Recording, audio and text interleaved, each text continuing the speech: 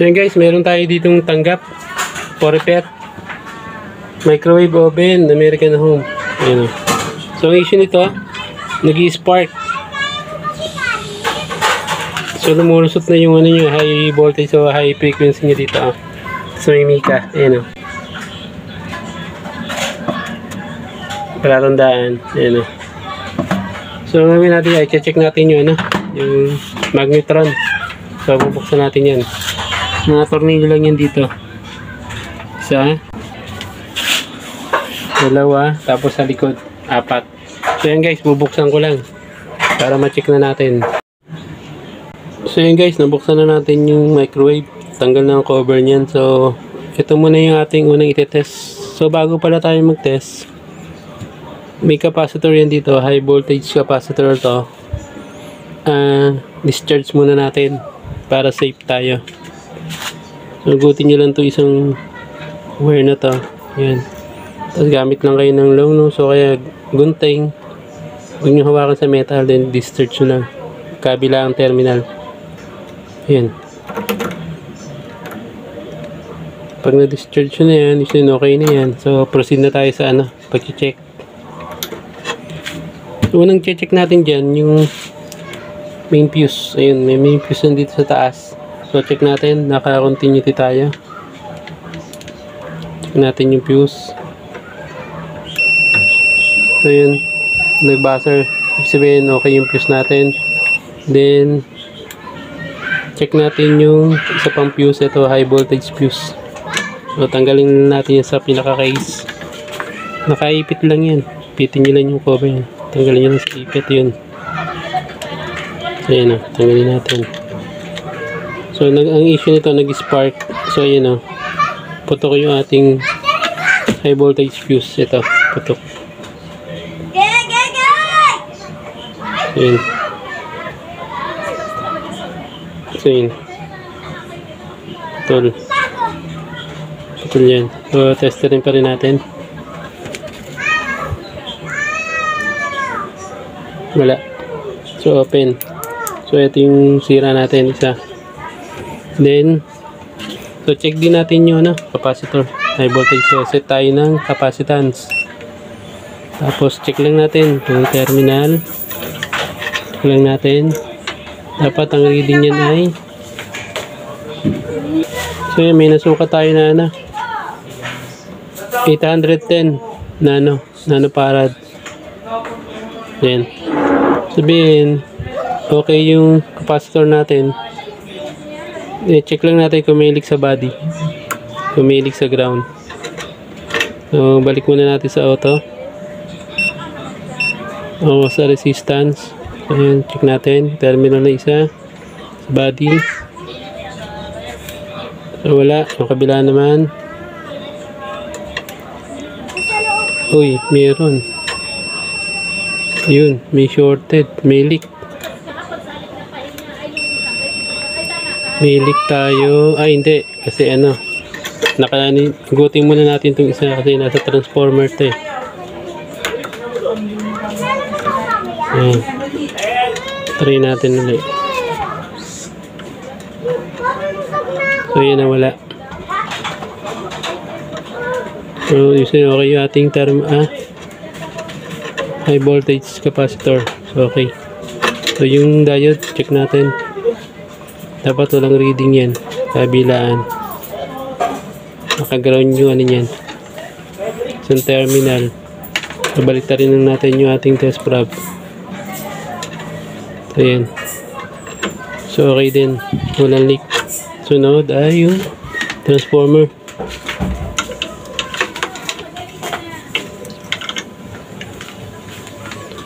So, ito.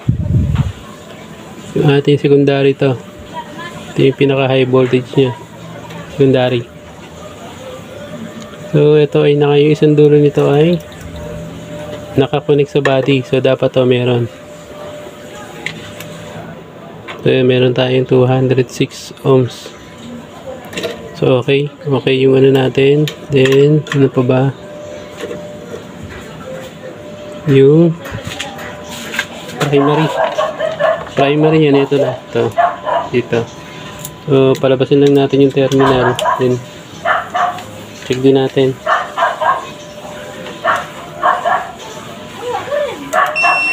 So, okay.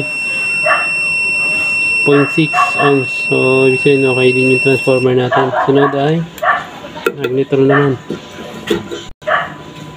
Galing lang yan. So, tingnan natin kung may shorted to.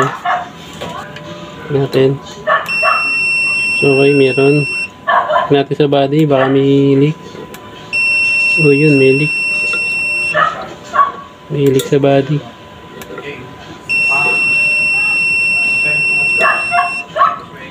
Ibig sabihin, yung shorted sa body. Shorted. So, ibig sabihin, kaya pumutok yung high voltage fuse natin. Shorted. Yung ating magnetron. So, kailangan natin palitan to. Then, palitan din natin to. So, ang papalitan natin dyan, yung mica plate doon, yung una. Sunod, itong high voltage fuse. Pangatlo, itong magnetron. Palitan natin yan. Tingnan natin kung may spark. Kung may palatandaan to ng sunog. Tanggalin nyo lang yan.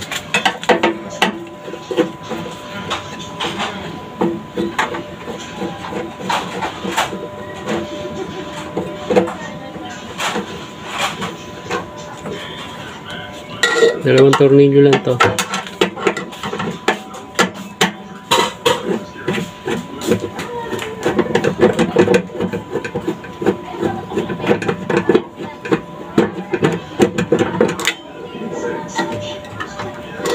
Ayan. Nakasikwat lang yan. Tanggalin nyo lang. Yan o. So, okay naman yung pinaka-antena niya. Okay. Wala sunog. Pero may shorted lang. May leak. Yun guys. Papalitan natin yun.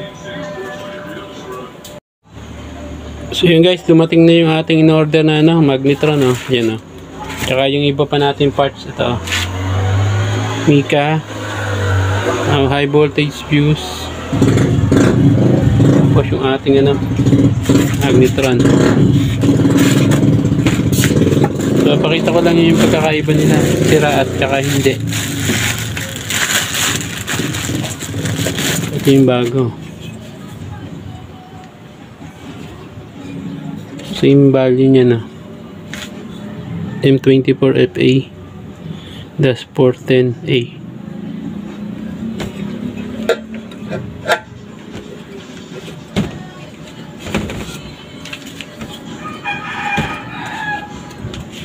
So iti-test natin.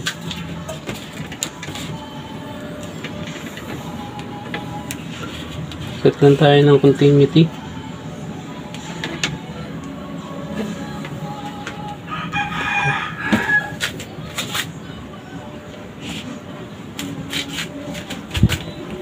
So ito yung bago.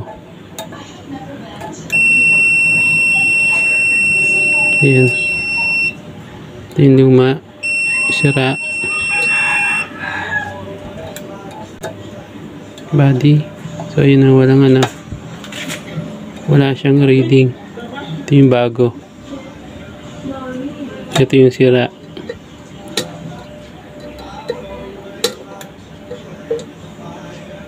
Ayun o. 31.8 ohms. Kabilaan to. Ayan. So ito wala. Ito yung ating bago. Wala yung leak. So ikakabit na natin yun sa sa unit. Saka to. Tapos final test tayo. So ikakabit natin ito ngayon para matesting na natin kung okay na.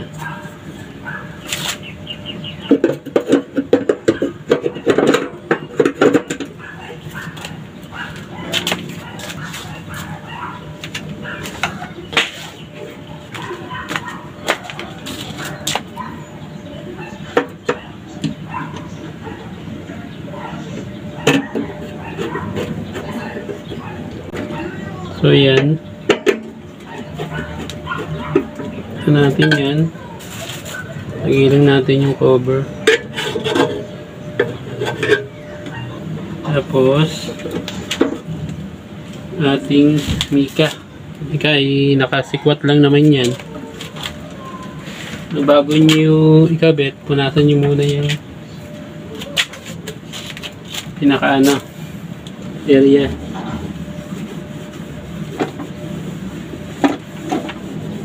So yan, punasan ko na, nakakabit ko na ito.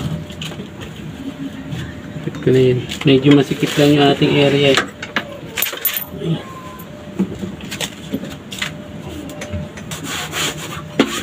Okay na.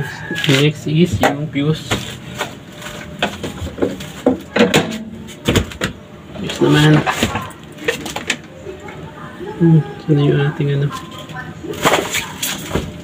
fuse holder. Ito.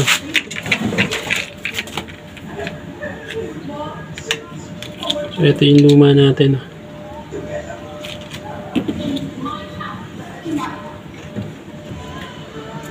Pero doon nyo lang na mahigpit yan bago nyo i-kabit sa housing.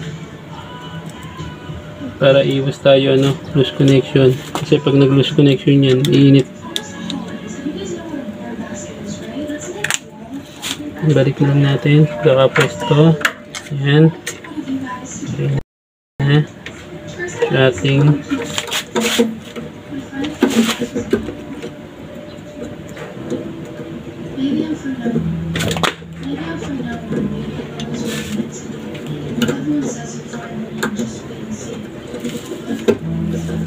ayan, okay na yan. So ready to testing tayo.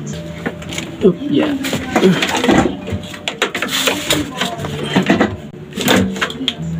Linisin muna natin yung lilinisin nyo muna yung loob. Kasi pag may mga dumi dyan, isa yun sa kaya nag-spark. So dapat malinis yan.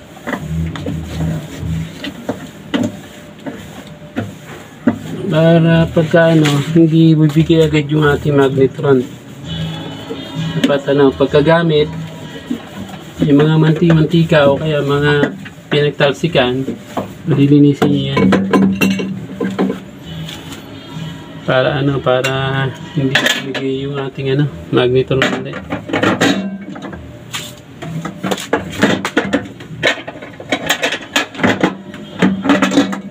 Yan.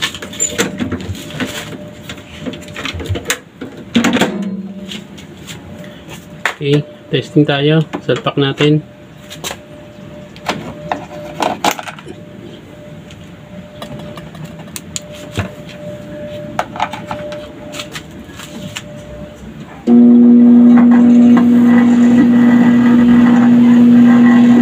So, walang pan lang yung maingay. So, salangan natin ng tubig.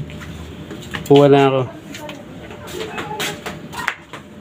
Yan, meron tayo dito isang 3/4 cup ng water. So, testing natin.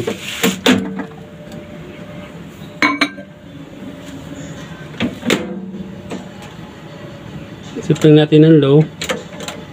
Wala, tapos timer natin ng 1 minute.